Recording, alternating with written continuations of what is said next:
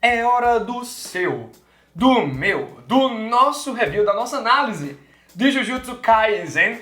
Eu queria muito agradecer ao fandom que tá chegando, o fandom de Jujutsu Kaisen que tá chegando aqui no Oblu. Queria dar as boas-vindas aos novatos aqui no canal que estão chegando por conta desse mangá, desse anime, dessa obra de maneira geral. Sintam-se em casa aqui, beleza? E vamos lá, galera! Eu tô louco com esse episódio, mais um episódio bem animado, com uma ótima narrativa. Eu tô dizendo pra vocês que Jujutsu Kaisen é o meu xodó de 2020. Eu tô até falando pra quem quer que eu explique um pouco mais do meu amor sobre esse mangá, sobre esse anime, que Jujutsu Kaisen é uma obra que pega muito do melhor de Bleach e Hunter x Hunter, trazendo aí um material narrativo interessantíssimo. E esse segundo episódio foi absurdo em questão de animação, em questão de roteiro. A gente vibrou com aquela abertura no episódio 1. Eu não tô conseguindo pular a abertura, que geralmente eu vejo uma vez e vou pulando. Mais uma vez enalteço a abertura e dessa vez que encerramento lindo. Encerramento lindão em que a cor dos personagens não respeita o contorno deles e eles vão dançando com captura de movimento, uma dança que remete muito à personalidade de cada um. A gente vê o Megumi mais na dele, a gente vê o Yuji Itadori mais solto e o Gojo mais solto ainda, estilosão. Então é bem legal a gente perceber as características desses personagens pela maneira como eles dançam. Mas vamos falar da narrativa e vamos agora! Vamos lá, galera, que o final do primeiro episódio foi bem interessante, deixa um gancho massa pra esse. O Sukuna tomando posse do corpo do Yuji Itadori, que bota pressão. O Yuji Itadori consegue decidir quando o Sukuna vem, quando o Sukuna vai. Mas ainda assim, isso não é o bastante para convencer o Megumi Fushiguro de que tá tudo safe. E aí o Megumi vai lá e quer exorcizar aquela maldição, ou seja, matar o Yuji Itadori. Nesse momento crítico é que chega o tio Gojo, o Gojo Sensei, pro delírio geral do fandom de Jujutsu Kaisen. O cara já mostra que é zoeiro logo de pronto e tirou um monte de foto do Megumi Fushiguro ferrada, tipo, como se fosse uma vergonha que ele tá passando na missão que ele tava cumprindo. E aí o Gojo diz que vai mandar essas fotos pros segundanistas da escola Jujutsu de feitiçaria. O Megumi Fushiguro que é a primeira nista, né? Então imagina a vergonha do cara. Em seguida, o Gojo pergunta como é que tá a situação, como é que tudo se resolveu, onde é que tá o amuleto amaldiçoado, no caso, o dedo do Ryomen Sukuna, e aí chega o Yuji Itadori. Tá comigo? Eu engoli. Sério isso? E ambos, o Yuji e o Megumi, dizem, é sério. O Gojo acha aquilo interessantíssimo. Ele pergunta pro Yuji se ele tá conseguindo ter controle. O Yuji diz que sim. E aí o Gojo pede para que o Yuji dê 10 segundos de Ryomen Sukuna para ele medir forças. Galera, é impressionante. O Gojo vai se alongando. Quando o Ryomen Sukuna vem, já parte pro ataque. A gente vê uma mega movimentação ultra veloz. O Gojo já tá por cima do cara, tranquilão. E aí se segue uma sequência absurdamente bem animada. Gojo versus Ryomen Sukuna. O Sukuna fala que os feiticeiros Jujutsu sempre foram um problema. É uma informação muito curiosa porque o Ryomen Sukuna é uma criatura milenar. Então, olha aí há quanto tempo os feiticeiros Jujutsu estão atuando, né?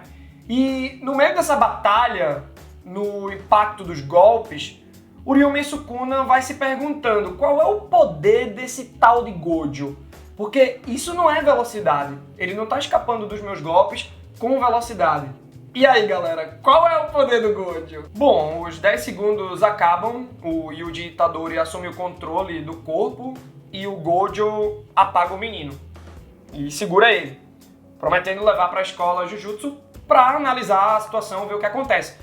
O Megumi Fushiguro pede, por favor, não deixa que ele morra. E aí o Gojo promete, beleza, de boas. Só que aí a gente se vê naquela situação do prólogo do primeiro episódio, em que o Gojo tá conversando com o Yuji Itadori acorrentado. Então, galera, é aqui que a situação se complica bastante pro Yuji Itadori. Porque vamos traçar uns conceitos iniciais aqui. Quando a maldição tá atrelada a um corpo, ela deixa de existir se aquele corpo morre. No caso, o dedo do Ryomen Sukuna deixaria de existir, é uma parcela de poder do Ryomen Sukuna, certo? Essa parcela de poder deixaria de existir se o Yuji Itadori morresse. E é por isso que o alto escalão, os velhos, os anciãos dos feiticeiros Jujutsu, querem que o Yuji Itadori morra agora. E aí, ó a situação dele. Caramba, velho. Tipo, tu contou que o Megumi pediu pra me salvar, tu prometeu que ia salvar e, tipo, as consequências dessa conversa estão bem diferentes, né? Real. Mas aí o Gojo, ele conseguiu intervir, ele foi muito inteligente. Porque é raríssimo ter um receptáculo de maldições que aguente o Ryomen Sukuna. Um dedo que seja. E o Yuji Itadori aguentou. Então o que é que o Gojo propôs para os anciões, para o alto escalão dos feiticeiros Jujutsu? Deixa o menino engolir os 20 dedos do Ryomen Sukuna, que aí quando ele tiver com o poder completo, a gente exorciza ele, a gente mata ele e aí a gente se livra do Ryomen Sukuna por completo. Ou seja, resumindo, as escolhas do Yuji Itadori são morrer agora ou passar por um monte de perrengue e morrer depois. É engraçado porque o Yuji Itadori pergunta 20 dedos, né? Então são os dedos das mãos e dos pés. Não, são todos os dedos das mãos, porque Ryomen Sukuna tinha 4 braços e mais, ele é conhecido como o rei das maldições. Ou seja, tem um conceito entre os feiticeiros Jujutsu de que Ryomen Sukuna é a maldição mais poderosa de todas. Então, é interessante porque o maior dos problemas de Jujutsu Kaisen já está sendo trabalhado desde o início. Isso me lembra do Muzan Kibutsuji do Demon Slayer, Kimetsu no Yaiba. E a gente sabe que Demon Slayer foi um mangá que acabou ali por volta do volume 23. Eu tô acreditando muito que é uma nova tendência da Shonen Jump de termos mangás mais curtos que acabem ali por volta do volume 20. Então eu acho que Jujutsu vai ser um mangá que vai durar os seus 20, 25 volumes. Acho. Atualmente está no volume 13. Tem um momento bem melancólico no episódio em que o Yuji Itadori está esperando o processo de cremação do seu avô. E ele está esperando ao lado do Gojo, né? Ele tem que ter alguém vigiando ele. Alguém dos feiticeiros Jujutsu, porque o cara tá com o Ryomen Sukuna, 5% de Ryomen Sukuna, mas ainda assim uma parte de Ryomen Sukuna no seu corpo.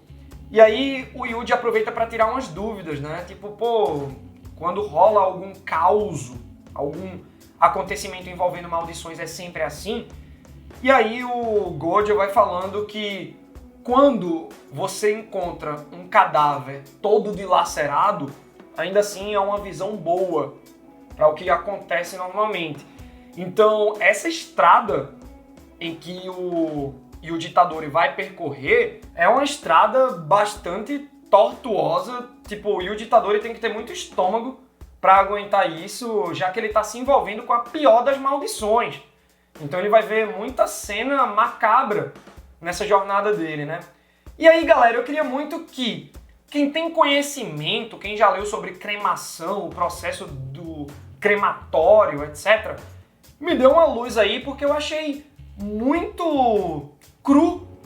O Yuji Itadori tá com o Gojo lá na sala, recolhendo restos mortais do seu avô com hashi. Ele já tem uma urna com as cinzas, que deve ter sido entregue a ele, mas aí tá lá o esqueleto do avô dele quebrado, né, por conta do pós-cremação. Bom, o Gojo, nessa cena, ele vai falando mais sobre o Ryomen Sukuna. Ele diz que o Ryomen Sukuna já foi um humano há muitos e muitos anos, há milênios atrás, né? E aí o que eu fiquei pensando foi que o Yuji Itadori, talvez, por estar aguentando os dedos do Ryomen Sukuna, e aqui a gente vê que ele engole o segundo já, tá com 10% do poder da maior das maldições. É por isso que eu tô achando que o Yuji Itadori é algum descendente do Ryomen Sukuna. E eu acredito que por estar mostrando esses restos do avô dele, não os ossos, pelo menos as cinzas, eu acho que essas cinzas ainda vão ser usadas para alguma coisa. Quando o Gojo vai levando Yuji Itadori para a escola de feiticeiro Jujutsu, temos a chance de ver o visual dessa escola em planos mega abertos. É um lugar lindo, cheio de natureza. O Yuji Itadori até fica se perguntando como é que um lugar desse existe em Tóquio, que é uma selva de pedra tal qual São Paulo aqui no Brasil é. Mas esses lugares existem, são os cristalzinhos, né? Eu mesmo, ano passado, acho que foi ano passado, eu visitei o Templo Zulai. Eu não sei se ele fica na capital São Paulo agora, mas é um templo muito parecido com o que a gente vê. Claro que aqui a escola de feiticeiro Jujutsu é maior, bem maior, mas é interessante porque o Gojo, ele fala que, de fachada, a escola de feiticeiro Jujutsu diz para o mundo que é um templo budista religioso. É justamente a vibe que eu vi ali, que eu senti quando eu visitei o Templo Zulai. Então, é interessante porque, por experiência, eu já consegui sentir qual é a atmosfera aí da escola, né, de feiticeiros Jujutsu. É aí que o Gojo finalmente apresenta o Yuji Itadori para o diretor da escola de feiticeiros Jujutsu de Tóquio, que são duas. Eu ia falar do Japão, mas é de Tóquio especificamente que esse diretor comanda. São duas escolas, eu acredito que são duas escolas no mundo inteiro. Só tem escolas de feiticeiros Jujutsu no Japão. Pelo menos não ficou estabelecido aí, né, que esse grupo funciona fora do Japão. Apesar de maldição, pelo jeito que foi explicado nesses 2 primeiros episódios, ser um conceito que pode se aplicar para qualquer lugar do mundo. É bem engraçado que o Yuji fica desesperado quando ele descobre que é agora que o diretor vai ver se aceita ele ou não na escola como calouro. Quer dizer que se eu for reprovado agora eu vou morrer, né? Porque é a minha sentença aí. Tipo, eu morro agora ou morro depois. Se o cara me reprovar, eu não vou morrer depois, eu vou morrer agora. E é muito bom que quando ele se apresenta pro diretor, ele fala: "Oi, meu nome é Yuji Itadori e meu tipo de mulher é Jennifer Lawrence." E daí, velho? E aí o diretor lhe pergunta: "Por que é que você tá querendo ser um feiticeiro Jujutsu?" Papo vai, papo vem. Basicamente, o Yuji Itadori diz que ele fez uma promessa pra alguém.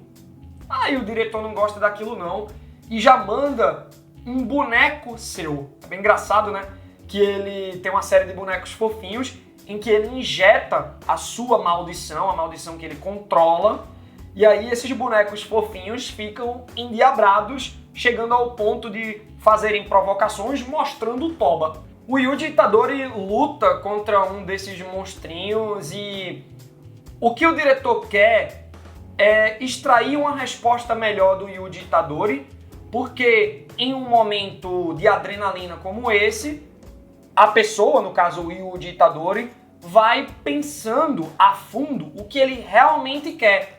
É bem interessante porque o diretor vai falando que educar é fazer alguém perceber as coisas, e aí o Yuji vai ver por que realmente ele tá fazendo aquilo. E ele chega na resposta: pô, eu sou o único que posso estar ingerindo os dedos do Ryomen Sukuna. Eu sou o único que comporta isso. Eu posso livrar o mundo da maior das maldições. Então, se eu sou o único, eu quero me prestar para esse papel. O diretor, com essa resposta, aprova a entrada de Yuji Itadori. Então, ao lado do Megumi Fushiguro, ele vira calouro, né? É apresentado o seu quarto, o lugar que ele vai ficar, um lugar massa. É interessante a gente notar a quantidade de coisas que o Yuji Itadori trouxe embalado nas caixas aí, né? Porque a gente estabeleceu um pouco dos traços de personalidade do Jin Mori de The God of High School, vendo que na casa dele não tinha nada. É um cara simplista, meio preguiçoso, a gente vê uns pratos sujos na pia que ele não lavou ainda, né? Ele não lava logo depois do almoço, então ele deixa as coisas rolarem. É interessante a gente traçar personalidade conhecendo a casa, o quarto de alguém. E o Yuji Itadori trouxe muitos objetos, né? Então é um cara que tem um certo apego às coisas dele, ao ponto que ele já, a primeira coisa que ele coloca no quarto é um pôster de uma mulher de biquíni, velho. Os desejos dos adolescentes, né? Aquelas vontades que às vezes não podem ser saciadas, às vezes podem. É só ir para o mesmo endereço que o Yuji Itadori está querendo ir, Rua da Palma, número 5. Eu ri demais quando o Yuji Itadori vai pensando que ele vai ficar de folga lá no quarto dele, lendo mangá, tranquilão, e o Megumi sempre vai chegar ferrado com o dedo. Ó, cheguei aqui com o dedo. Não, meu irmão, o Gojo diz tu vai lutar também, Champs. Até porque o Yuji Itadori agora, nessa situação, engolindo dedos do Sukuna, com 2 já. 10% do poder de Ryomei Sukuna tá ali no Yuji Itadori. E não é que o Yuji Itadori vai usar esse poder. Quem usa esses 10% é o próprio Sukuna quando tá controlando o corpo. Essa é a tensão. E aí, o Yuji ele vai servir como um radar do dragão. Ele vai sentir onde estão os outros dedos. Claro que ele precisa chegar perto para poder, né, o alarme poder funcionar. Não é como se ele tivesse agora sentindo a presença dos outros 18 dedos. Não é bem assim. Por falar na quantidade de dedos, a escola de feiticeiro Jujutsu de Tóquio, em geral, né, a escola de feiticeiro Jujutsu tem 6 dos dedos. Mas eles estavam contando com aquele dedo, o primeiro que o Yuji engoliu. Então, esclareçam aí pra mim, galera. São 6 ou 7 dedos? Porque me parece que os 6 dedos que os feiticeiros tinham se juntaram com aquele que o Yuji pegou na escola. 7. E aí o Yuji engoliu 2, pode ainda engolir mais 5. Bom, não há tempo para descanso, porque o Gojo diz para Yuji e Megumi que agora eles vão recepcionar a terceira calourinha.